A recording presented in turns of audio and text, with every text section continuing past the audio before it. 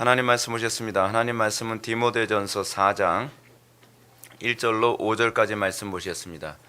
하나님 말씀은 디모데전서 4장 1절부터 5절까지의 말씀, 신약성경 제 성경으로는 339페이지입니다. 신약성경 339페이지 디모데전서 4장 1절부터 5절까지 말씀 찾으셨으면 제가 봉독하겠습니다. 그러나 성령이 밝히 말씀하시기를 후일에 어떤 사람들이 믿음에서 떠나 미혹하는 영과 귀신의 가르침을 따르리라 하셨으니 자기 양심이 화인을 맞아서 외식함으로 거짓말하는 자들이라. 혼인을 금하고 어떤 음식물은 먹지 말라고 할 터이나 음식물은 하나님이 지으신 바니 믿는 자들과 진리를 아는 자들이 감사함으로 받을 것이니라. 하나님께서 지으신 모든 것이 선함에 감사함으로 받으면 버릴 것이 없나니 하나님의 말씀과 기도로 거룩하여 짐이라. 아멘.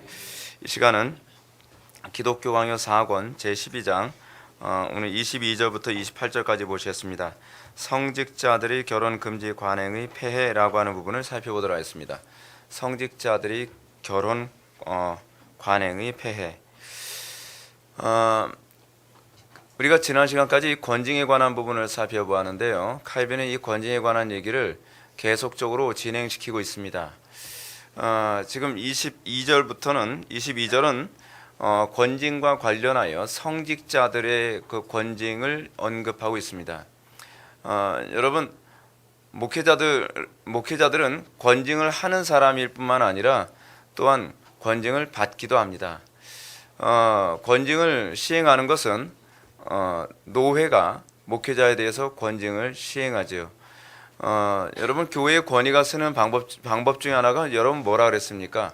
교회의 권징이 쓰는 거라 그랬습니다. 교회의 권징이 쓰지 않으면 교회의 권위가 떨어지게 됩니다. 교회의 권위라고 하는 이 부분, 여러분 이번에도 학생들 지금 이제 조직신학 그 책을 지금 공부를 하면서 지금 주 하나님이라고 하는 첫 번째 장을 어저께 살펴봤거든요. 근데 주 하나님이라고 하는 이 첫 번째 장에서 다루고 있는 5가지 항목이 있습니다. 그러니까 주권자로서 하나님을 인정하는 것과 관련하여 하나님의 주권이 나타나는 방식이 첫 번째가 뭐냐면 통치입니다. 그리고 두 번째가 무엇이냐 하면 권위고 세 번째가 임재거든요. 근데 여기서 두 번째 이 권위라고 하는 부분이 굉장히 중요합니다. 여러분, 우리는 방금 제가 여러분들한테 권징이 왜 필요한가라고 하는 부분에 관해서 여러분들한테 말씀을 드렸습니다. 권징이 필요한 이유는 뭐냐면 하나님의 권위가 떨어지지 않게 하기 위해서, 교회의 권위가 떨어지지 않도록 하기 위해서입니다. 세상 사람들이 여러분 교회의 권위가 떨어지게 만드는, 교회의 권위를 우습게 보는 것 중 하나가 뭐냐면 교회에서 범죄를 하는 사람들에 대해서 치리를 안 하니까 권위가 떨어지는 거예요. 그렇죠? 교회 안에서 특정한 범죄를 저질렀고 안 믿는 사람들도 손가락질 할 정도의 범죄를 저질렀으면 여러분 교회에서 치리를 해야 되는 거 아닙니까? 치리를 해야 권위가 쓰는 겁니다. 여러분, 근데 이게요 굉장히 신학적인 논리를 가지고 있어요. 신학적인 논리. 근데 목회자들도 동일합니다. 여러분들이 잘 알고 있는 아주 유명한 목사님이 아주 이 교회 안에서 심각한 문제를 이야기했죠. 제가 이제 이름만 대면 아는 그런 분들이 돈 문제나 여자 문제로 아주 사회에 굉장한 무리를 줬습니다. 그럼 여러분, 노회에서나 총회에서는 어떻게 되죠? 사실은 그 특정한 목회자를 치리하는 건 노회가 하는 일이거든요. 왜냐하면 노회에서 목사 한 수를 줬기 때문에 목사 한 수를 주는 것만 하는 것이 아니라 회수도 노회의 권한입니다. 근데 우리 교단이 아니라 그쪽 교단이죠. 그쪽 교단에서는 그 목회자가 아주 치명적인 잘못을 했음에도 불구하고, 그리고 수많은 사람들이 탄원서를 막 던지어 놓고 그럼에도 불구하고 억지하든지 자꾸 덮어주려고 하고 무마시키려고 하고 없었던 일을 자꾸 하려고 한단 말이죠. 근데 그렇게 되면서 어떤 현상이 나타나냐면 교회의 권위가 없어져요. 교회의 권위가. 근데 여러분, 이 권위라고 하는 단어에 대해서 정의를 좀 해볼 필요성이 있습니다. 존 프레임이 하나님의 주권이 나타나는 방식이 첫 번째가 뭐라고 그랬죠? 통치. 두 번째가 뭐라 했죠? 권위라고 그랬습니다. 권위. 근데 이 권위라고 하는 단어를 프레임이 뭐라고 정의를 내렸냐 하면 권위란 하나님께서 소위 그 사람에게 통치를 받을 권리를 얘기하고 있어요. 권리. 그러니까 여러분 예를 들어서 부모가 자녀들에게 명령했을 때 자녀들은 부모에게 따라야 될 의무가 있고요. 그리고 부모는 자녀들의 복종을 받을 뭐가 있어요? 권리가 있는 거예요. 그 권리. 근데 그 권리를 누가 주셨어요? 하나님께서 주셨죠. 하나님께서요.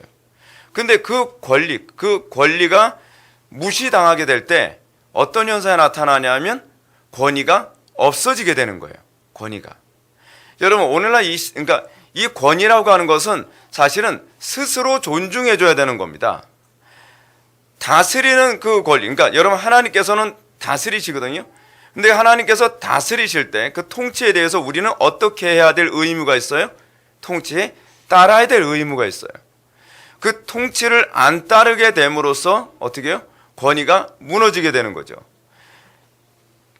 교회 안에서 목회자가 치리를 하는 이 문제에 관해서 치리를 하지 특정한 법이 있고 규칙이 있고 질서가 있는데 그것을 다스려서 치리를 하여 그 복종을 받아내는 일을 하지 않게 되어지면 자동적으로 교회의 권위는 떨어지게 됩니다. 여러분들의 가정에서 여러분들의 자녀들에게 복종을 받아야 될 영역들이 있어요. 영역들이 있는데 여러분들이 자녀들에게 복종을 받아야 될 그 영역들을 복종을 받도록 주장하지 않고 권리를 주장하지 않고 또는 자녀들이 그 의무를 행사하지 않을 경우에 부모와 자녀와의 관계 안에서 부모의 권위는 자꾸 떨어져 나갑니다. 여러분 이건 굉장히 중요한 신학적인 그리고 사회적인 문제입니다. 여러분 교회 안에서 우리는 자꾸 민주화라는 얘기를 너무 쉽게 합니다. 그렇죠? 그리고 교회 안에서 웬만하면 다 받아주고 그 문제에 관해서 그냥 눈 감아 주는 것이 사랑이라고 생각하는 경향이 굉장히 많이 있습니다. 근데 여러분들이 분명히 아셔야 되는 것이 뭐냐면 질서가 무너지면 권위가 무너지면 사랑은 없습니다. 부모와 자녀와의 관계는 권위를 존중해 주는 것으로서 여러분 그 질서가 생기는 거거든요. 권위가 무너지면 질서도 무너지는 겁니다. 여러분 왜 목회자들에게 지금 여기서 칼빈은 뭐라 얘기하냐면 성직자들, 목회자들에게는 그 권징의 수위가 더 엄격하다라고 얘기합니다. 왜 엄격해야 되죠? 목회자에게 그 권징의 수위가 높아야 그만큼 성도들에게 대한 권징도 따라오기 때문에 그렇습니다. 목회자부터 여러분 하나님의 말씀을 제대로 따르지 않는데 여러분 윗사람부터 그 국가 법을 지키지 않으면서 아랫사람들에게 국가의 법을 지키라고 얘기해야 되면 권위가 서요 안 서요? 안 서죠. 권위가 그렇게 적용되어지는 거예요. 국가의 고위관직자가 자기도 국가법을 안 지키면서 아랫사람 보고 국가법을 지키라고 하게 되면 권위가 쓰겠냐 말이에요. 권위라는 건 뭐라고요? 복종을 받을 권리라 그랬잖아요. 복종을 받을 권리. 자, 근데 문제가 뭐냐면 한 가지 중요한 이슈가 있어요.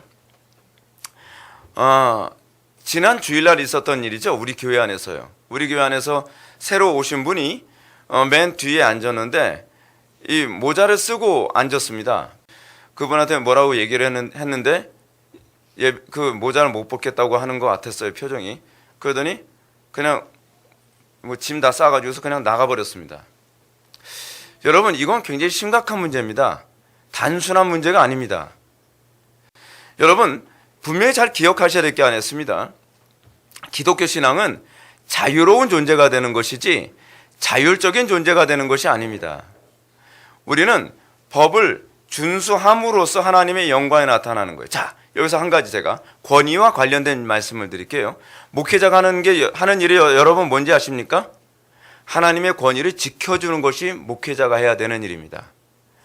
하나님은 온 피조물들에게 영광과 예배를 받을 권리가 있습니다.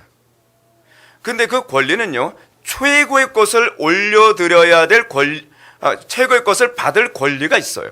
하나님께서는요. 그렇죠? 근데 만약에 우리가 내 방식대로 당신을 높여드릴 것이다 라고 하게 되면 그것은 하나님의 권위를 밟는 게 되는 거예요. 짓밟는 게 되는 것이죠. 그렇지 않습니까? 목회자는요, 어느 시대든 항상 목회자들이 고난을 받을 수밖에 없는 것은, 사람들은 하나님의 권위를 요즘 낮은 수준으로 존중해 주겠다라고 했을 때 목회자들은 아니다.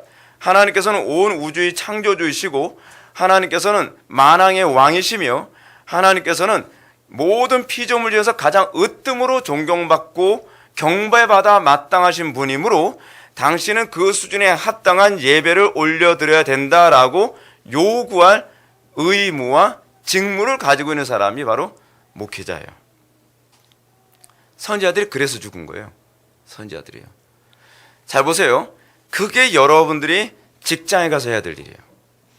그것이 여러분들이 가정에 가서 할 일이에요.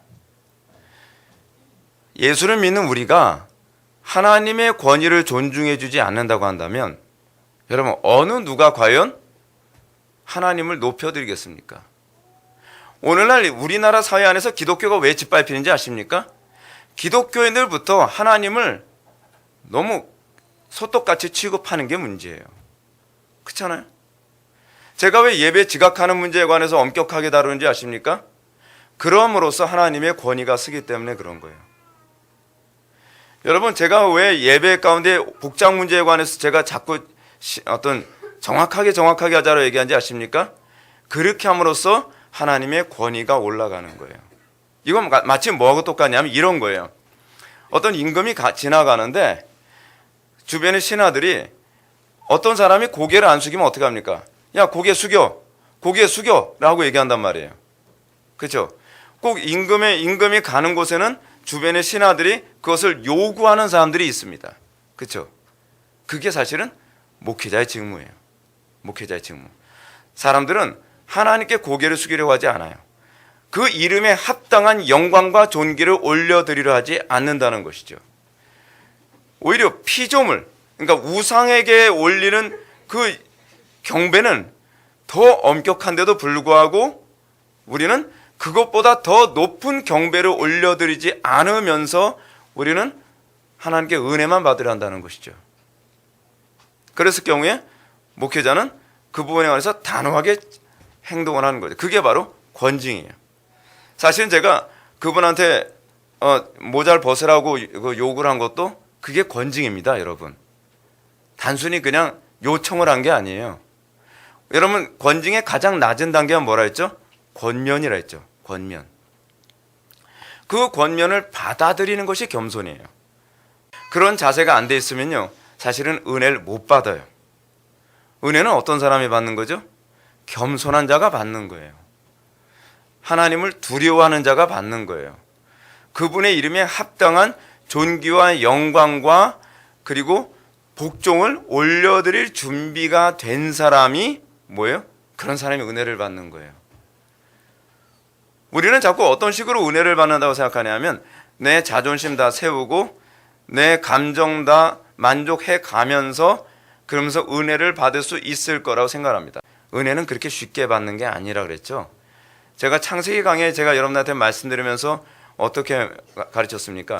철저히 낮아진 그 정점에서 은혜를 받는 거예요. 어느 날 좋은 설교 듣는다고 갑자기 은혜 받는 게 아니에요, 여러분. 착각하지 마세요. 무슨 로또 복권 당첨되듯이 여러분들 은혜 받는다고 생각하는데 그건 잘못 배운 거예요. 잘못 배운 거예요. 하나님께서는요, 우리에게 은혜를 주시기 전에 은혜를 받을 만한 그릇을 먼저 만들어 가세요. 기억하세요, 여러분. 기억하세요. 그냥 정보로만 알고 있지 마시란 말이에요. 여러분들 그런 마음의 자세가 되어 있지 않은 상태에서 예배 아무리 참석해봐야 소용이 없어요. 그래서 제가 그러지 않습니까? 제가 미움받을 각오하면서 단소리 쓴소리 다 한다고요. 쓴소리를 하는 이유가 거기 있어요. 여러분들이 마음이 겸비해져 있지 않으면 절대로 은혜 못 받아요, 여러분. 하나님께서는 하나님께서는 공짜로 우리에게 그분의 은혜를 베푸시지만 그 공짜가 아무한테나 주는 공짜가 아니에요. 하나님께서는 그 은혜를 주시기 위해서 반드시 낮추시는 작업을 먼저 하세요. 근데 그걸 위해서 제가 설교자는 부름받은 거예요. 근데 저는 제가 한국교회 목회자들을 보면 그런 모습 볼 때마다 굉장히 화가 나요. 기준을 너무 낮춰버렸어요. 하나님을 높여드리고 하나님께 공경을 표현해야 될 기준을 너무 낮춰서 당연히 해야 될 기준을 얘기해야 되면 그냥 보따리 싸고 나가요. 여러분, 인간관계 안에서도 그런 게 아니잖아요. 인간관계 안에서도 여러분 그게 아니라는 걸 알면서 어떻게 하나님 앞에서는 그걸 아무렇지도 않게 생각을 하는지, 저는 오늘날 기독교인들의 사고방식에 대해서는 굉장한 의문을 갖게 돼요. 그렇잖아요. 인간관계 안에서는 그렇게 하면 예의가 없는 거다 그러면은, 예를 들어서 단편히 예를 들어 보시죠. 오늘 대통령이 그 연설을 한다 그래요. 대통령이 연설을 한다 그러는데 경호원들이나 그런 사람들이 들어오면서 그 옷차림 검사하고 그리고 모자 벗으라고 그러면 어떻게 하겠냔 말이에요. 여러분, 이건 하나님이 대통령보다 우스운 분 아니시거든요. 여러분, 평균적으로 하나님을 존중하는 높이가 낮으니까 우린 거기에 맞춰야 되나요? 저는 그렇지 않아요. 저는 그렇게 생각 안 해요. 저는 개혁은 뭐라고 생각하냐면 그 수준을 다시 끌어올려서 사람들이 싫어하든 좋아하든 그것에 복종할 사람들이 한 명씩 한 명씩 모여들어서 하나의 흐름을 만드는 것이, 저는 그게 목회라고 생각을 합니다. 숫자 노름이 아니에요. 물론 알아요. 저도 오는 사람들 기분 맞추면 금방 100명, 200명 많은 사람들이 모일 수 있다는 거 저 알아요. 근데 저는요, 죄송하지만 그렇게 목회하고 싶지가 않아요. 제가 만약에 그렇게 목회를 한다면 전 중간에 때려칠 것 같아요. 난 이 꼴 못 보겠다. 난 이런 식으로는 진짜 목회 못 하겠다. 예배당 오는데 편안하게 오겠다고 쓰레빠 끌고 오고 추링바라며 오고, 모자를 쓰고 오고, 자기 멋대로 자기 편한 대로. 여러분, 그 자세부터 바뀌어 있지 않은데 과연 하나님의 말씀을 두려운 마음으로 들을까요? 그렇잖아요. 우리의 자세와 우리의 옷차림, 모든 것이 합쳐져서 우리의 마음이 구성되는 거거든요. 여러분, 상대방에게 다리 꼬고 앉아서 딱 이러면서 우리가 존경스럽게 우리는 얘기를 들을 수 없거든요. 그래서 제가 예배 시간에 다리 꼬지 말라고 제가 자꾸 말씀드리는 게 뭐냐면, 다리 꼬는 게 저한테는 안 보여요, 사실은요. 그렇지만 그것이 우리가 하나님께 드려야 될 기본적인 예의라고 생각하는 거죠. 그리고 우리가 하나님의 권위를 높여드리고 존중할 때에 어떻게 해요? 당연히 안 믿는 사람들도 하나님을 높여드리겠죠. 함부로 하나님의 이름을 그렇게 모욕하듯이 얘기 안 하겠죠. 근데 우리가 하나님의 이름을 존중해주지 않으니까 직장에서도 내가 기독교인이라는 거 뻔히 아는데도 불구하고 내 앞에서 하나님의 이름을 함부로 모욕하듯이 얘기한단 말이죠. 이거는 우리의 책임이 굉장히 큽니다. 여러분 생각해 보세요. 가정에서 여러분 이 부분은 전 여러분들의 가정에도 그대로 좀 적용될 수 있다고 생각이 들어요. 여러분, 가정에서 최고의 권위로 하나님께서 부여한 사람이 누구죠? 남편이에요. 남편이면 여러분들은 남편의 권위를 존중하는 법을 배워야만 합니다. 그게 기본이에요. 그게 기본. 여러분, 권위주의라고 하는 것을 여기서 잠깐 좀 말씀드리고 싶어요. 권위주의라고 하는 것은요, 부여되지 않는 다스림을 자기 멋대로 행사하는 것을 저는 권위주의라고 생각을 합니다. 그러니까 예를 들어서 하나님께서 저한테 부여해 주신 권위가 있어요. 그렇죠? 그 권리가 있단 말이에요. 권리. 하나님께서 예를 들어서 여러분들에게 제가 통치를 받고, 복종을 받고 순종을 받을 기본적인 권리가 있죠. 저한테는. 여러분들은 순종해야 될 의무가 있고요. 근데 이 선이 하나님께서 허용하신 선을 벗어나서 이것을 강요할 경우에 그건 뭐가 되죠? 그건 권위주의가 되는 거죠. 왜냐하면 자기가 권위의 주체라고 생각을 하는 거예요. 권위의 주체는요, 권위를 부여해 주신 분이 권위의 주체예요. 아시겠죠? 그 나한테 부여되어진 권위 범주 밖에 있는 것을 마치 나의 권위인 것처럼 상대방한테 강요하게 됐을 때 어떤 문제가 발생하냐면 권위주의가 되는 거예요. 권위주의가. 근데 우리나라는 지금 극단에서 극단으로 가버려 말죠. 여러분, 우리나라의 가부장들, 우리나라의 그 가장들이 권위주의였죠. 권위주의자들이었어요. 권위주의자라고 하는 얘기를 가장들한테 얘기하면 어떤 문제예요? 이거는 신이 이제 그 사람들은 불신자들이니까 신이 남편들에게 허용해준 그 권위의 선을 너무 넘어서 버린 거예요. 너무 넘어서서 여자를 학대하고 아이들을 학대하고 그리고 자기는 무조건 대접만 받으려고 하고 그러면서 어떤 문제가 생깁니까? 자동적으로 아내나 아이들이 아버지의 권위에 진절머리를 내죠. 진절머리. 그렇죠?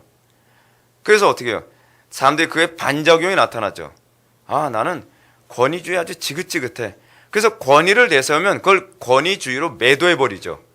사단의 교묘한 속임수입니다. 그래서 하나님께서 허용해 주신 정당한 권위까지도 매도하고 짓밟을 명분을 제공해버린 거 만 거예요. 그럼 여러분 어떻게 합니까? 우리는 그거를 손 놓고 있을 수는 없죠. 우리는 다시 정당한 권위가 회복되도록 만들어야 돼요. 저는 최근에 인천 앞바다에 대해서 그 배가 침몰하지 않았습니까? 낚시 이것 때문에 침몰했는데 문재인 대통령이 그 장례식장에 가서 사람들 위로하러 갔는데 사람들이 뭐 박근혜 대통령을 추종하는 사람이었던 것 같아요. 제가 보기에는. 근데 문재인 대통령한테 막 뭐라고 얘기하더라고요. 그러면 돼요, 안 돼요? 안 돼요. 여러분, 보수, 진보 그걸 떠나서 그러면 안 돼요. 왜 안 되는지 아세요? 권위를 주신 분이 하나님이시기 때문에 그래요. 이게 어떤 문제를 야기하는지 잘 기억하셔야 됩니다. 지금 문재인 대통령을 싫어해서 그 사람이 퍼버됐지만 여러분 어떻게 한나라의 우리나라 국가 원수 아닙니까? 근데 국가 원수에게 그렇게 퍼버되고 나면 나중에 대통령이 바뀌었다 칩시다. 보수 쪽에서 만약에 대통령이 바뀌었다고 쳐요. 그러면 더 쉽게 짓밟지 않을까요? 대통령을 대놓고서 욕하는, 여러분 뭐 뒤에서 무슨 욕을 못 하겠어요. 뒤에서 뭐 나라님한테도 욕을 한다고 하는 옛날 말도 있었지만 대놓고서 욕을 하는 건요, 그거는 아니에요. 여러분 우리가 기독교인이라고 하는 관점으로 생각하십시오. 그렇게 하면 안 됩니다. 그 권위를 무시해버리면 정권이 바뀌었을 땐 또 무시한 일이 반복되어지고 이 무시하는 일이 보수가 무시를 당했던 진보가 무시를 당했던 그걸 떠나서요, 국가의 어떤 권위가 무너져서 나중에는 국가가 송두리째 무너지게 되는 결과를 얻게 돼요. 왜냐하면 여러분 대통령이 명령했을 때 국민들은 뭐 해야 될 의무가 있죠? 권위 앞에 복종해야 될 의무가 있어요. 그리고 대통령은 우리에게 정당한 범주 안에서는 복종을 요구해야 될 권리가 있어요. 거기서 뭐가 생기는 거예요? 권위와 질서라는 게 생긴단 말이죠. 물론 대통령이 하나님께서 부여해 주신 선 또는 헌법이 부여한 선을 벗어나서 우리들에게 자기의 권위를 강요했을 때 우리는 그걸 뭐라고 얘기하죠? 독재라 그래요. 그걸요. 우리는 거기에 복종하면 안 되겠죠. 그거는 하나님께 프란시스 셰이퍼는 그렇게 얘기해요. 잘못된 권위에 대한 복종은 하나님에 대한 불복종을 의미한다라고 얘기해요. 그렇기 때문에 거기에는 복종하지 않아야 될 권리가 있다고 얘기해요. 여러분 기독교인들은요 굉장히 복잡하게 생각하는 사람입니다. 그리고 굉장히 정확하게 생각하는 사람들이에요.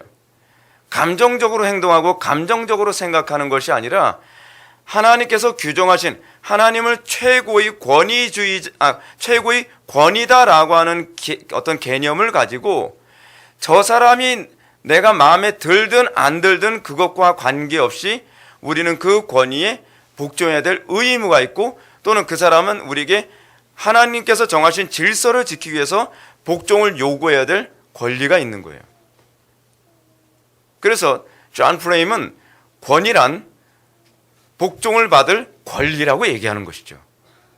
그것을 통해서 하나님 나라의 질서가, 하나님의 통치가, 하나님의 주권이 자리를 잡아가는 거란 거죠.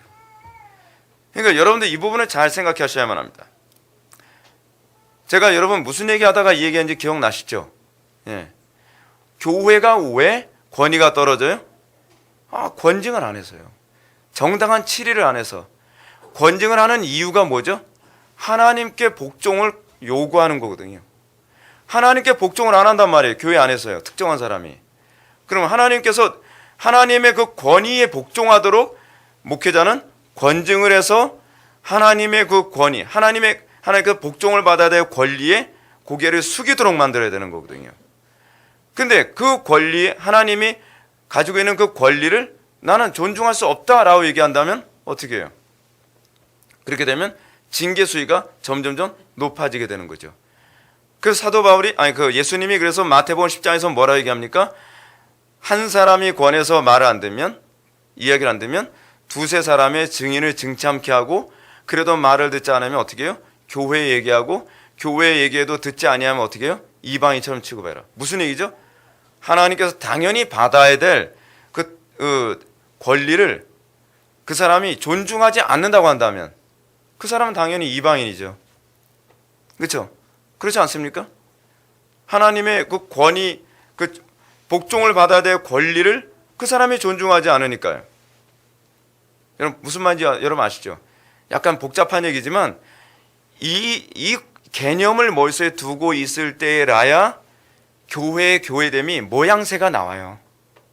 여러분 교회는요, 대부분 그 교회 신학자들이 다 동일하게 하는 얘기가 있습니다. 지구상에 존재하는 모든 시스템 중에 가장 탁월한 시스템이 교회라고 얘기하고 있습니다. 여러분 안 탁월해 보이죠? 이유가 어딘지 아세요? 요즘의 교회는 세속적 마케팅 시스템을 교회 안에 들여와서 그래요. 이거는요, 성경이 얘기하는 교회 시스템이 아니에요. 성경이 얘기하는 교회 시스템은요, 교리적인 체계를 성도들이 알고 그것과 관련해서 그것에 정당하게 반응할 때라야만 소위 교회다운 교회의 모습이 나와요. 배워야 돼요. 그리고 하나님께 복종하는 법을 배워야 돼요. 이런 부분이 다 조화를 이룰 때에 가장 탁월한 그런 그 제도가 바로 교회라는 것을 사람들이 보고 감탄하게 되는 것이죠. 그래서 제가 교회론에 대해서 고민을 굉장히 많이 했어요. 이번에 제가 미국 가서 설교하게 될 주제가 교회론인데 할 얘기는 참 많아요. 교회론에 관해서는. 근데 하나님께서 어떻게 인도하실지 모르겠습니다. 하여간 저는 제가 지금 꿈꾸는 건 뭐냐면 교회의 권위가 다시 서는 것. 근데 교회의 권위가 다시 서려면 어떻게 해요? 그 존 프레임이 이런 얘기예요. 하나님의 통치는 아주 미세한 것, 조그만 것에도 하나님께서는 통치하시는가라고 하는 얘기를 해요. 당연하죠. 그렇죠? 조그만 거 하나하나가 하나님의 통치 가운데 있을 때에 비로소 큰 것까지도 하나님의 통치 안에 자동적으로 들어오는 것 아닙니까? 조그만 거 하나하나가 하나님의 통치 아래 없는데 어떻게 큰 게 하나님의 통치 아래 있을 수 있겠어요?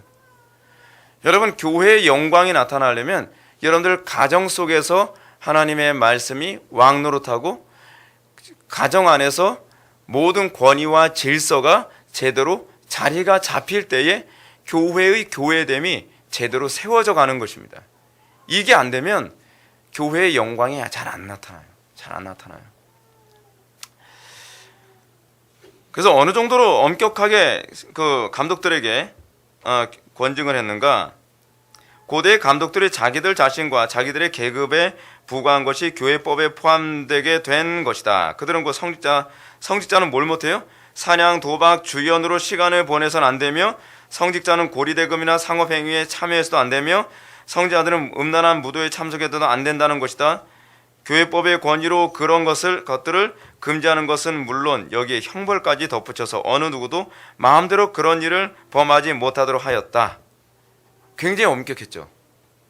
근데 요즘엔 평신도들보다 더 느슨하게 살아가는, 그리고 오히려 심각한 범죄를 저질러도 막 노예에서 보호를 해줘요.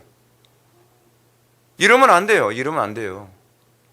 노예에서 그런 걸 단호하게 치리를 해서 여러분 이렇게 얘기하자면 여러분 어떻게 생각합니까? 저는 이런 얘기할 때요, 솔직히 저도 불편해요. 왜냐하면 저도 목회자잖아요. 저도 죄 안 범한다고 뭐로 장담할 수 있냔 말이에요. 근데 여러분 제가 이 말씀 드리는 건 하나님의 영광이 나타나려면 제가 목사라도 그런 부분이 나타나야 돼요. 만약에 그런 일이 없기를 바라지만 제가 어떤 잘못을 범했을 경우에 노예에서 저에게 정당한 치리를 하고 그것에 복종을 한다고 했을 때 여러분 하나님 영광 나타나지 않겠습니까? 야, 정말 세상 교회는 대단하다. 예를 들어서 우리 교회가 몇만 명 모이는 교회인데 노회에서 어떤 목회자에게 당신 이러이러한 죄를 저질렀으니 뭐 한 달 동안 또는 1년 동안 근신하시오 또는 면직 처분 또는 제명 뭐 이런 식으로 했는데 그 목회자가 예, 죄송합니다. 제 죄 인정하고요. 제가 그분을 달게 받겠습니다. 만약에 한국 교회가 그렇게 나온다면 여러분 안 믿는 사람들이 뭐라 그럴까요? 존경하지 않겠습니까? 근데 그 사람이 그것에 복종하는 건요, 노예에 복종하는 게 아니에요. 착각하면 안 돼요.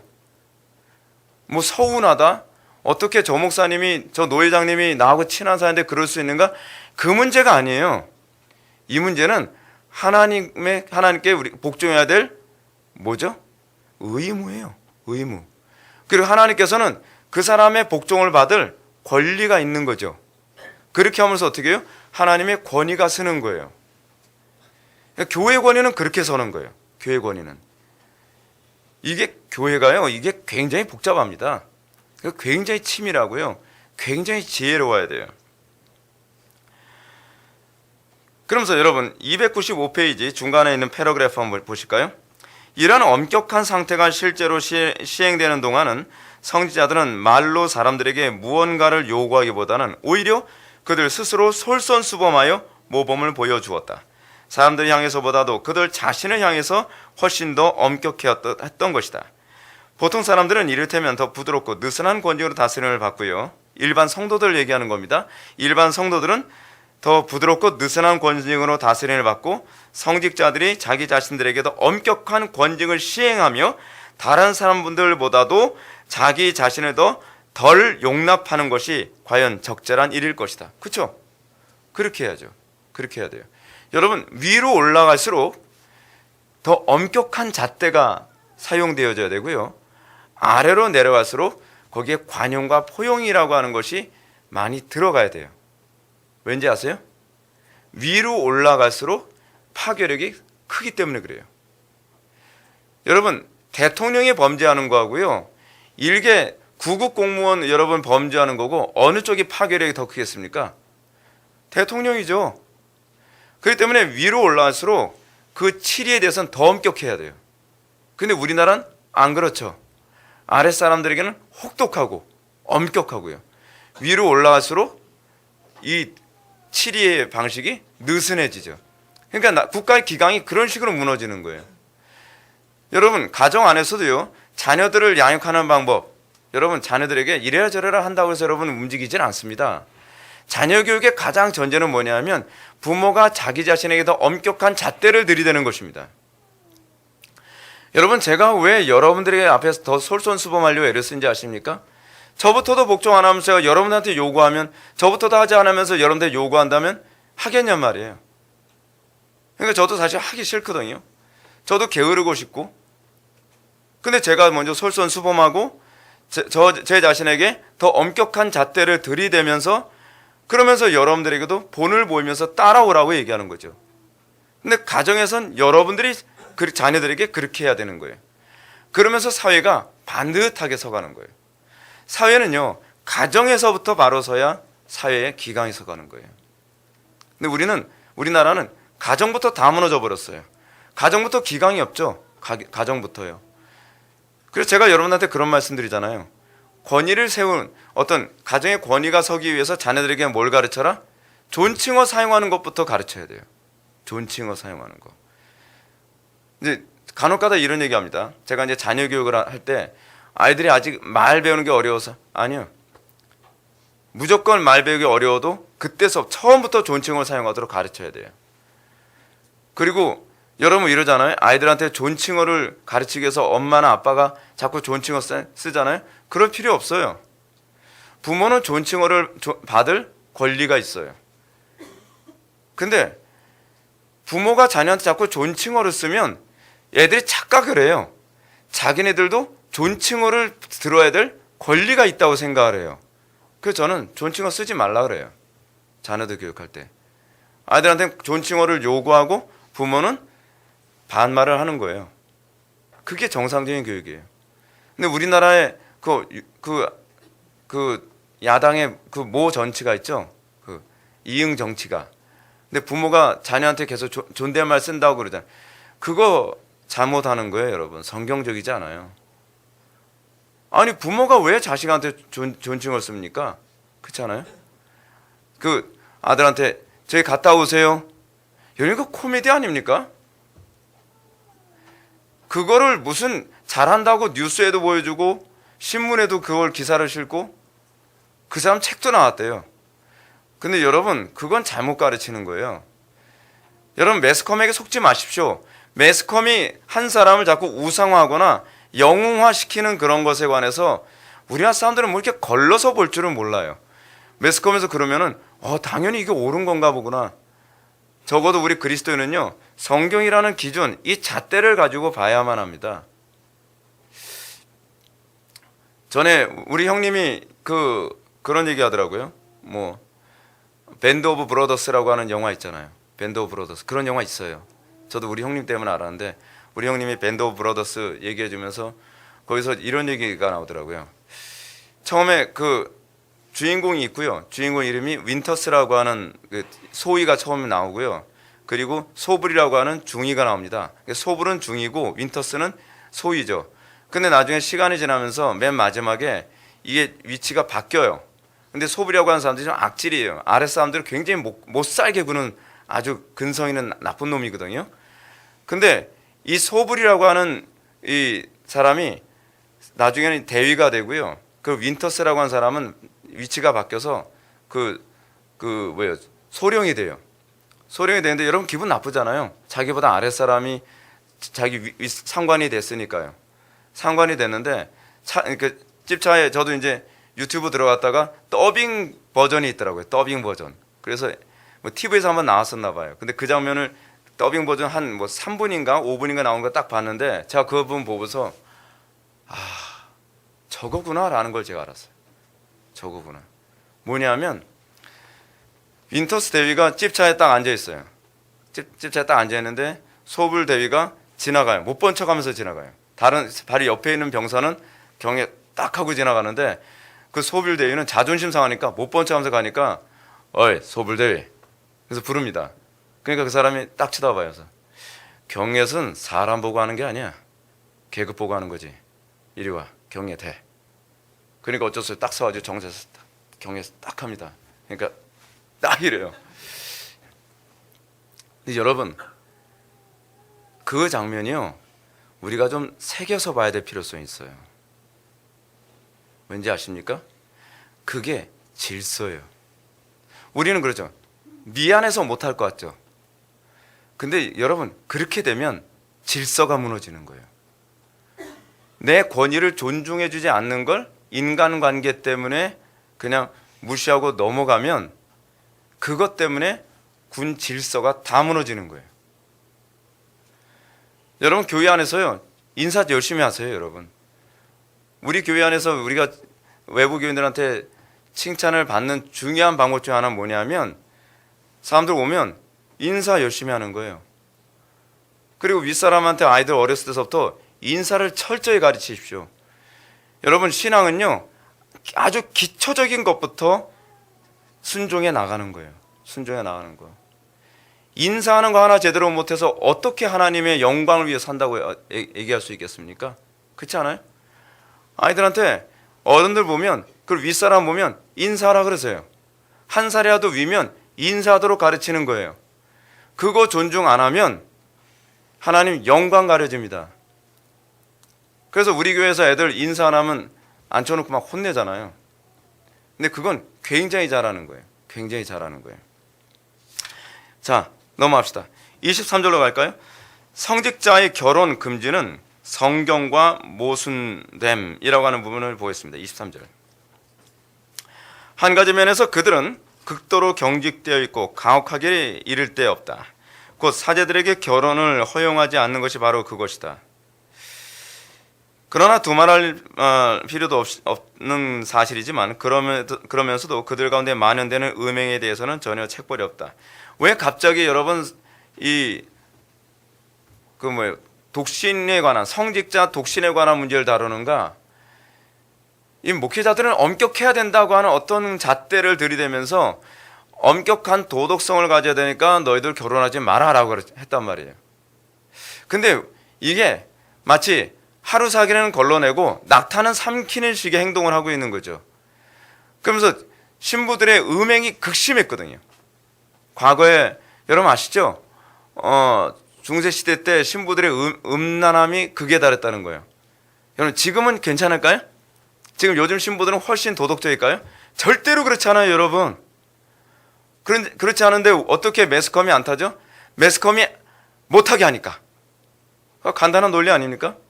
매스컴이 안 타는 것이 아니라, 없어서 안 타는 것이 아니라 매스컴을 통제하지 않는 한 불가능한 일인 거예요. 여러분 신부들이 한두 명입니까? 여러분 신부들은 한국 사회에 있는 신부들은 굉장히 도덕적일까요? 여러분 미국에 있는 신부들은요, 이 성적으로 너무 문란해가지고 소송 건수가 한두 건이 아니라서 바티칸이 거덜나게 생겼다고 할 정도예요. 근데 그 음란함이 어떤 음란함이냐면 동성 성추행이에요. 그것도 아동 동성 성추행이 이게 계속 이게 소송이 걸려가지고 바티칸에서 어느 정도로 고민을 하고 있냐면 신부들을 결혼시켜야 되나? 지금 이 정도까지 가고 있는 거예요. 근데 보십시오. 심각한 문제가 중세시대 때, 그러니까 종교개혁 당시에 칼빈은 뭐라 하냐면, 그래 신부들 경건하고 도덕적으로 보이게 만들기 위해서 결혼을 시키지 않았지만, 그러면 근본적으로 왜 음행하는 문제에 대해서는 치리를 안 하냔 말이죠.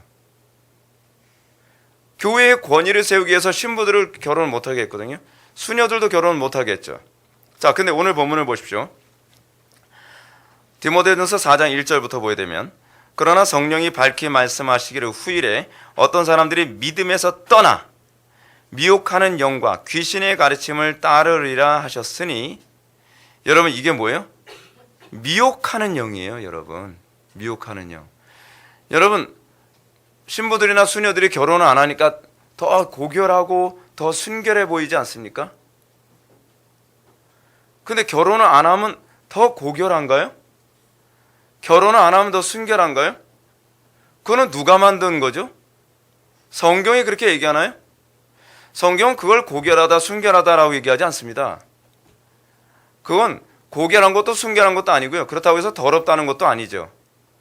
근데 가톨릭에서는 이걸 고결하다 순결하다라고 얘기해요. 자, 근데 이방 종교에서는요, 결혼 안 한 것에 대해서는 항상 고결하다 순결하다라고 생각하도록 규정을 해요. 이방 종교에서는요. 왜 그렇죠? 이 플라톤주의 때문에 그렇죠. 육은 더러운 것이고 영은 선한 것이라고 생각하는 사고방식이죠. 근데 신기하게 사람들에게 이건 굉장히 잘 먹혀 들어가요. 그래서 여러분 무당도 어떤 무당이 더 용해요? 처녀무당. 그렇죠? 그리고 총각무당 훨씬 신령해. 그렇죠? 훨씬 신령해. 그래서 사람들이 누구한테 점치러 가요? 처녀무당. 네, 처녀무당한테 점치러 가죠. 그리고 심청이 같은 경우는 용왕님한테 바칠 때 왜 바친 거예요? 처녀라서 바친 거예요. 아줌마 안 써줘요. 네. 아줌마는 거기서 열애해요. 왜 그렇죠? 신령하지 않다고 생각하기 때문에 그래요. 아줌마들 어때요? 한숨 돌리는 건가요? 아니면 자존심이 상하나요? 예. 여러분 불교도 동일한 관점이죠. 불교도요. 결혼을 안 하면 더 신령하다고 생각을 해요. 근데 여러분 결혼을 안 하면 신령하다는 근거가 있나요? 철학적인 거예요. 그건요. 플라톤주의 이원론에서 나온 것이죠. 오히려 우리가 결혼을 하면서 순결을 지키는 게 더 어려울 수도 있어요. 그렇지 않습니까? 근데 그런 부분에 관해서 칼빈이 지적하고 있는 것이죠. 그래서 여러분 23절 첫 번째 패러그래프 밑에서 다섯 번째 줄부터 보면, 그 때문에 교회가 선하고 매우 유익한 목회자들을 빼앗겨 왔을 뿐 아니라 온갖 불법의 소굴이 생겨나고 밝고 쾌활한 수많은 영혼들이 절망의 나락에 떨어져 신음해 온 것이다. 사제들에게 결혼을 금하는 일은 불경한 횡포 때문에 생겨난 것으로서 하나님의 말씀에도 거슬릴 뿐 아니라 모든 평등의 원리에도 거슬리는 것이다. 여러분, 신부들 원래 결혼 안 하게 된 역사적인 배경이 어디인지 아십니까? 제가 오래돼서 정확히 잘 기억이 안 나는데 신부들이 자꾸 중첩하고요. 그리고 자기의, 그러니까 과거에 결혼했었어요. 신부들이 결혼했는데 결혼하고 나니까 결혼을 했는데 중첩을 하고 그랬어요. 근데 중첩을 해가지고 첩이 또 애를 낳지 않습니까? 첩이 애를 낳으면 나중에 그 추기경 자리를 그 애한테 물려주고 그랬어요. 세습이죠, 세습. 근데 세습이 어느 정도로 심했냐면 제가 교회사 책에서 보면은 이런 얘기가 나와요. 어떤 추기경 이름이 나오는데 제가 오래돼서 이름은 잘 기억이 안 나요. 그 추기경은 그 지역에서 한 번도 거의 추기경 임직 받을 때만 한 번 있었고 한 번도 그 지역에 온 적이 없었는데 그 세습할 때만 와가지고 자기 첩과의 관계에서 태어난 아이를 추기경으로 세우기 위해 왔다가 거기서 죽었다는 거예요. 그런 일이 비일비재했어요. 그레고리우스 몇 세더라? 그때 이제 이건 정확한 정보가 아니니까 나중에 교회사를 읽어보세요. 그레고리우스 몇 세인지 제가 기억이 잘 안 나요. 저도 천재가 아니기 때문에. 근데 그러면서 이 문제를 해결하기 위해 결혼 금지령을 내린 거예요. 그게 처음에 발단이에요. 결혼 금지령을 내리고 이거를 교리화시키기 위해 성경을 뜯어고치기 시작하는 거예요. 성경 말씀을. 자, 그러면서 그 296페이지 밑에서 두 번째 줄, 우선 주께서 자유에 맡겨두신 것을 금하는 것은 결코 사람에게 합당한 것이 아니었다. 또한 이 자유를 침해해서는 안 된다는 것을 주께서 친히 그 말씀으로 분명히 표명하셨다. 어떻게 해요? 여러분 두 번째 줄 보실까요? 297페이지. 바울이 여러 구절에서 감독이 한 아내의 남편이기를 바란다는 사실은 그냥 넘어가기로 한다. 그러나 그는 성령으로 말미암아 선포하기를 마지막 날에 결혼을 금하는 불경건한 자들이 있을 것이라고 하며, 이들을 가리켜 불경건한 자들이요 또한 귀신이라고까지 말하며, 또한 결혼을 금하는 것이 귀신의 가르침이라는 말씀이 하나의 예언이요 성령의 거룩한 말씀이며, 성령께서는 그 말씀으로 처음부터 교회를 그런 위험에 대비하여 교회를 무장시키고자 하셨다는 것보다 더 강력한 진실이 과연 어디 있는가?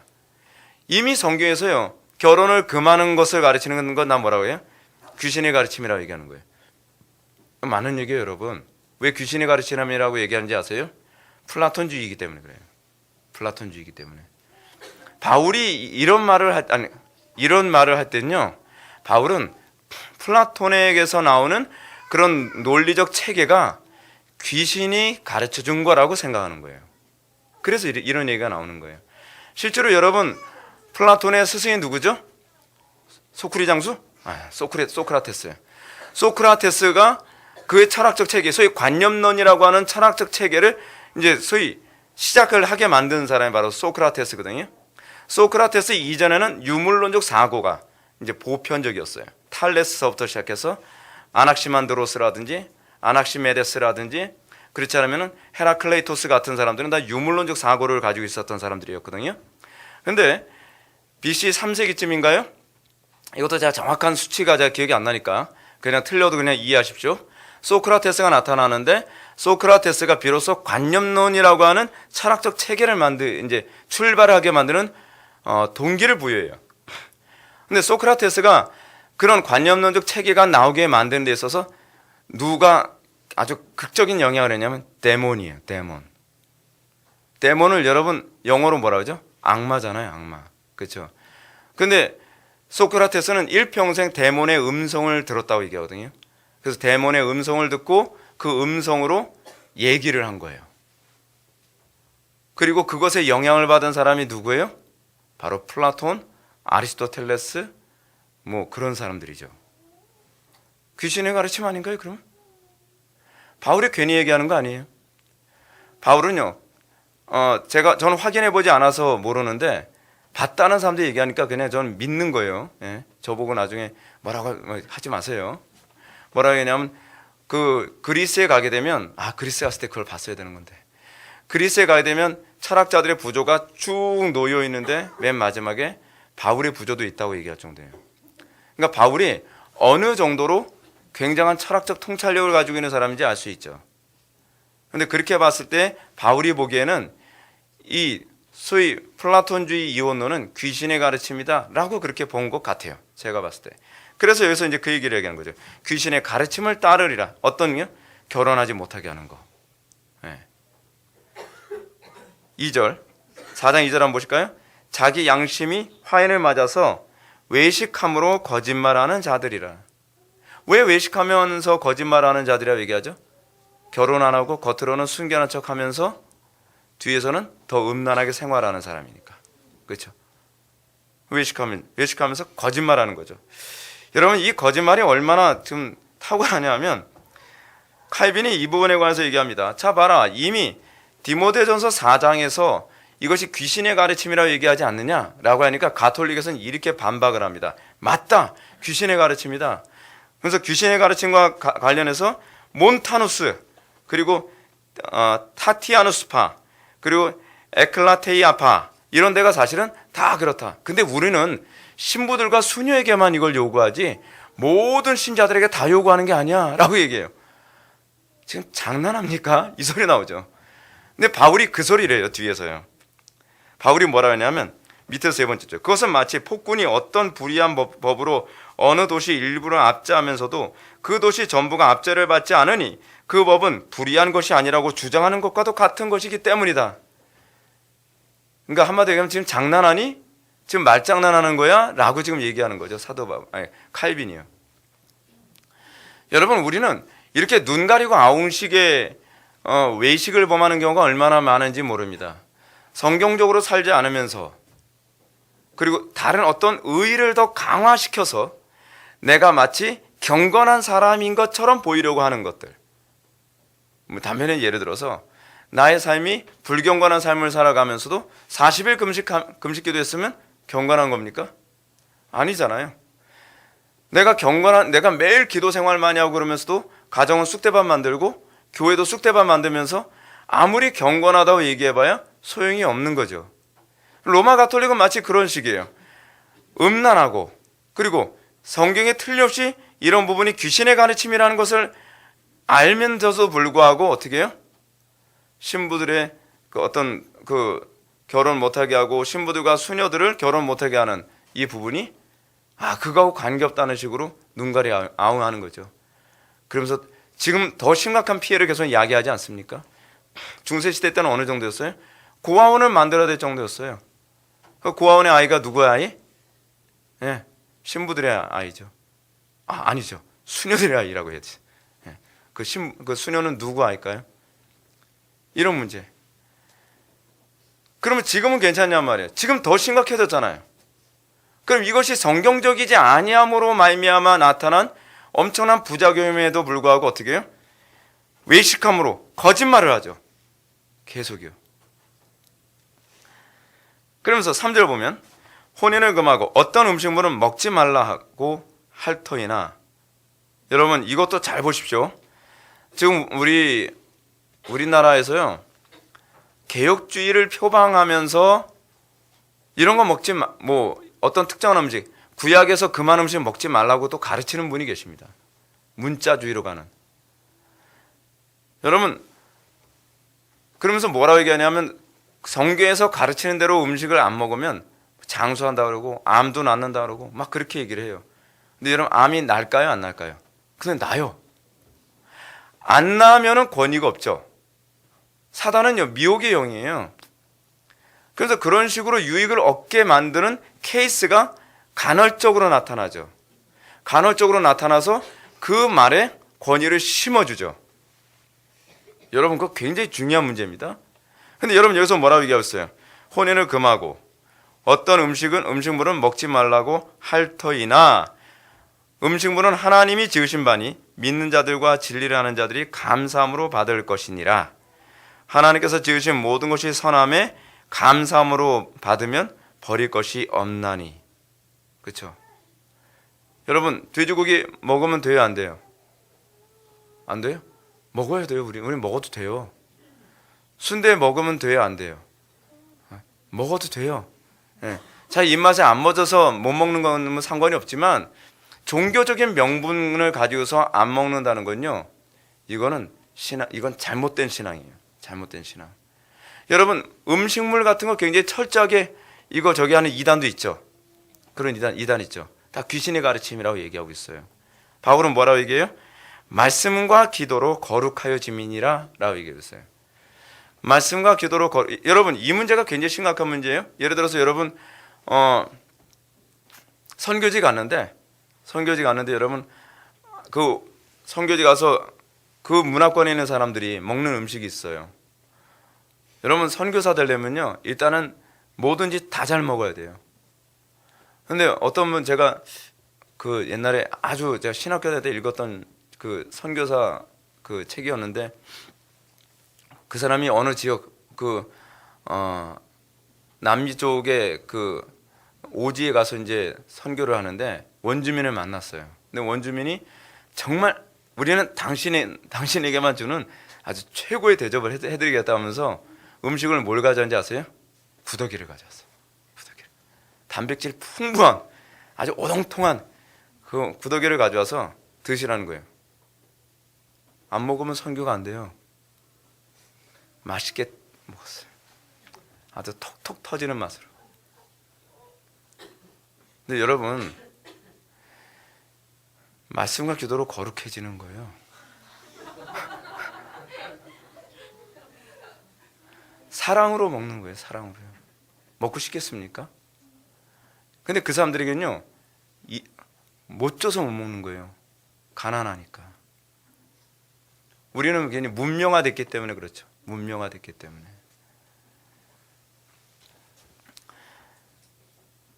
다시 얘기해서 이건 말씀과 기도로 거룩하여짐이라는 말을 한 단어로 줄이면 뭘까요?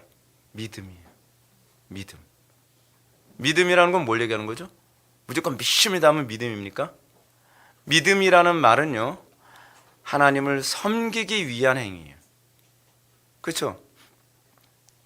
하나님을 섬기는 행위로서 하나님을 기쁘시게 해드리고 이웃을 기쁘게 한다고 하는 관점으로 먹으면 어떻게 해요? 해가 되지 않는다는 거예요. 이것이 오늘날 기독교가 다시 회복해야 될 정신이죠. 24절, 교황주의자들이 그릇된 성경에서 이에 그들은 사제들에게는 일반 사람들과는 구별되는 무슨 표시가 있어야 마땅하다라고 하며 반론을 제기한다. 그렇죠. 여러분, 목회자들은 일반 사람들과는 구별되는 뭔가 마땅히 있어야죠. 그렇죠. 근데 그것이 꼭 결혼을 안 해야 되는 문제냔 말이에요. 성경에 그런 부분에 가서 틀림없이 정죄하고 있는데, 그래서 맨 아랫줄, 나는 그들이 그 본문을 어떻게 해석하는지 알고 있다. 그들은 이를 예를 들어서 디모데전서 3장 2절은 무슨 얘기냐면, 감독이 한 아내의 남편이길 바란다는 거죠. 감독은 한 아내의 남편이어야 하며, 그게 이제 디모데전서 3장 2절에 나오는 얘기거든요.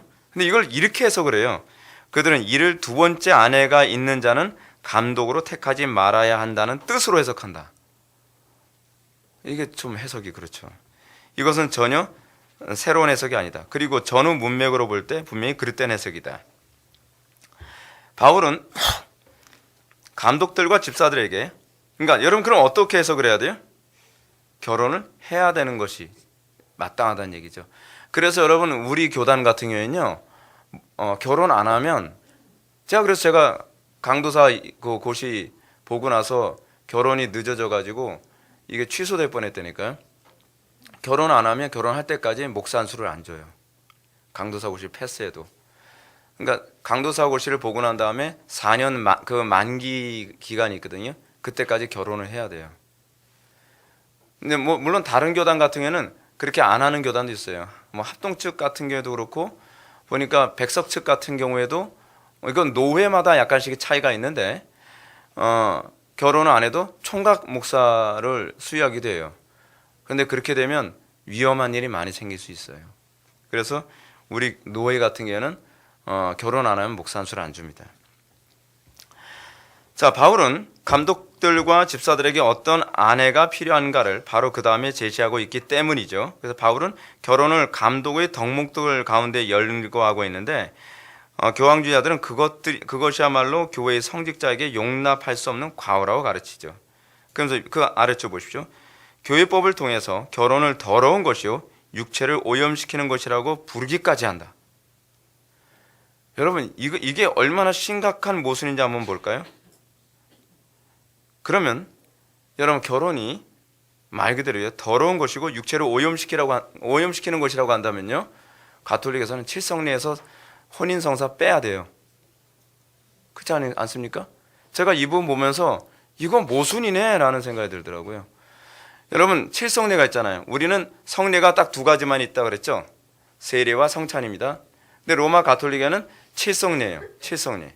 그 칠성례가 뭐였죠? 종부성사, 죽기 전에 이제 받는 성사, 그리고 거기에 혼인성사가 있고요.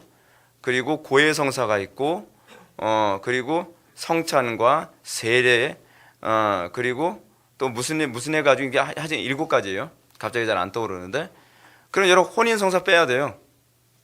그렇지 않습니까? 어떻게 이게 성사가 돼요? 그 사람들의 논리에 의하면 모순이죠. 그렇죠? 근데 그리스도께서는 어떻게 하셨는가? 그리스도께서는 여러분 에베소서 5장 23절부터 24절 말씀 보면 결혼 생활을 뭐라고 얘기했죠? 이는 교회와 그리스도의 관계를 설명하는 거라고 얘기하고 있잖아요. 그래서 그리스도께서는 교회를 자신과 교회의 신성한 연합을 상징하는 것으로 삼으실 정도로 그것을 귀하게 높였는데 말이다. 결혼의 신성함에 대해서 장려하는 것으로 이보다 더 놀랍고 귀한 것이 어디 있겠는가? 그리스도의 신령한 은혜의 모습이 속에서 환히 비쳐나오는 그것을 가리켜 불결하고 더럽다고 하니 이 얼마나 뻔뻔스러운 짓이란 말인가 라고 얘기합니다. 다시 얘기한다면 결혼 생활을 통해 우리가 하나님 앞에서 얼마나 불충실한 삶을 살고 있는지를 점검이 가능해요. 그렇죠? 여러분 그래서요, 우리가 하나님께 불충실한 삶과 관련해서 설명할 때 뭘 얘기해요? 간음이라는 표현 사용하죠.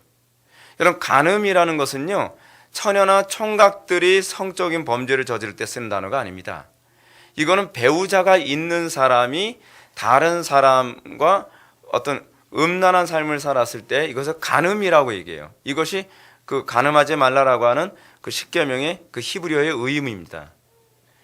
그러니까 모든 것을 하나님과의 관계가 이것이 얼마나 불교하고 더러운 것인지를 이해시키기 위해서 결혼이라는 제도를 우리에게 주셨고, 이 제도를 통해서 내가 하나님 앞에 어떤 태도로 살아가고 있는지를 점검할 수 있게 하신 거죠. 이렇게 위대한 결혼을 하지 못하게 한다? 심각한 문제가 있는 것이죠.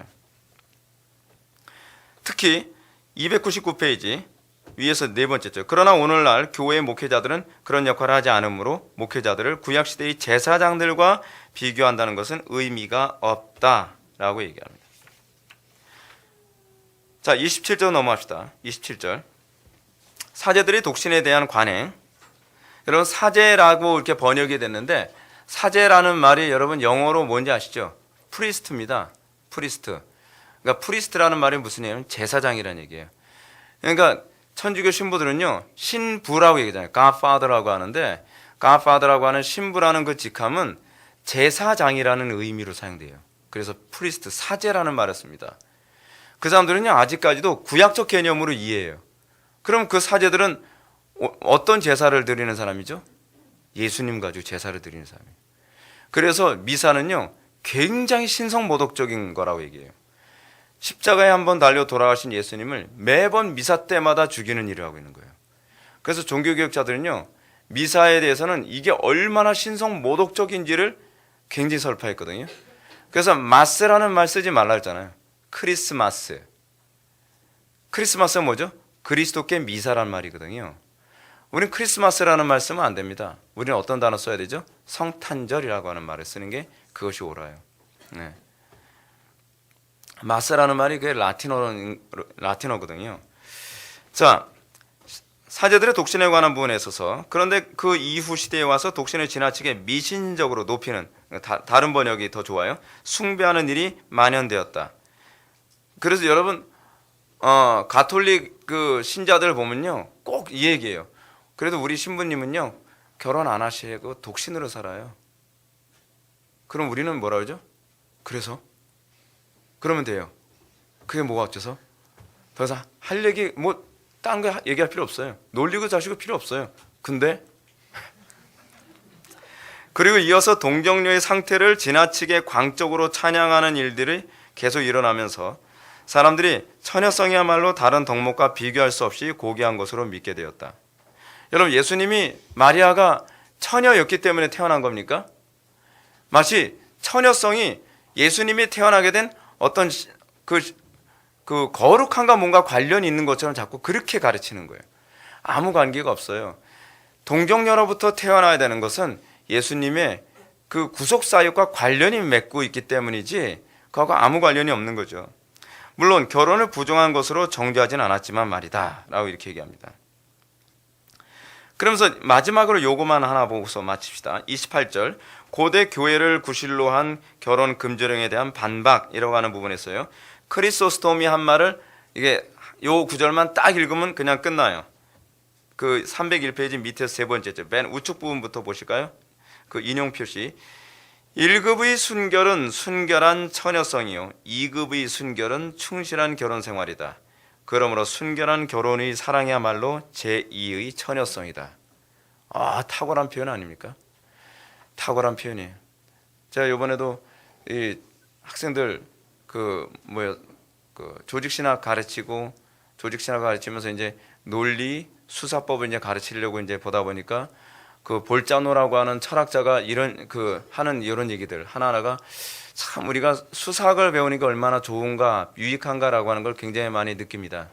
볼자노가 어떤 논쟁을 했었냐면 과연 진리는 존재하는가에 관한 문제 가지고서 논쟁을 했어요. 근데 어떤 사람이 진리는 절대로 존재하지 않는다라고 막 그 논리를 펴내니까 볼자노가 그냥 한마디로 끝내버렸습니다. 진리가 없다는 것을 입증하기 위해서는 진리가 존재해야 된다. 그러면 이제 더 이상 할 얘기가 없죠. 그렇죠? 왜냐하면 진리가 없다는 것을 입증하려면 그것이 진리여야 되거든요. 그렇기 때문에 진리가 없다는 것을 입증하려면 진리는 존재해야 된다. 그래서 당신의 모순은 이거야 라고 한 방에 턱을 날려버렸습니다. 여러분, 크리소스톰의 별명이 뭔지 아십니까? 황금의 입입니다. 황금의 입. 얼마나 말을 탁월하게 잘했는지 몰라요. 여기서도 그 면모가 돋보입니다. 1급의 순결은 순전한 처녀성이요 2급의 순결은 충실한 결혼 생활이다. 그냥 여러분, 순결을 지킨다는 얘기가 아니라 충실한 결혼 생활이에요. 여러분, 문장을 정확하게 이해를 하셔야 돼요. 나는 뭐 바람피지 않았으니까 그 얘기가 아니라 여러분, 충실한 결혼 생활을 하는 것은요 독신으로 사는 것보다 제가 보기엔 훨씬 어렵습니다. 그렇죠? 이 순결은 충실한 결혼 생활이다. 그러므로 순결한 결혼의 사랑이야말로 제2의 처녀성이다. 기도하시겠습니다. 사랑이 많으신 하나님, 우리가 하나님의 권위를 항상 높여드리기를 원합니다. 우리가 하나님을 존중하며 우리부터 하나님의 말씀 앞에 복종하고 따름으로 세상의 모든 사람들이 하나님 앞에 두려워 떨고 하나님의 권위에 굴복하는 역사가 나타나기를 원합니다. 무엇보다도 아버지 하나님, 우리가 이 땅의 귀신의 가르침에 속지 않도록 은혜 베풀어 주옵소서. 우리는 수많은 미혹과 수많은 가르침 앞에서 우리는 많은 미혹 가운데 노출되어 있습니다. 그 가운데서 우리가 흔들리지 않게 해주시고 하나님의 뜻을 바르게 분별하여 이 악하고 음란한 세대에서 그리스도만을 향하여 가는데 부족함이 없도록 은혜 베풀어 주옵소서. 모든 것을 주님께만 의탁하며 사랑이 많으신 예수님의 이름으로 기도 올려옵나이다.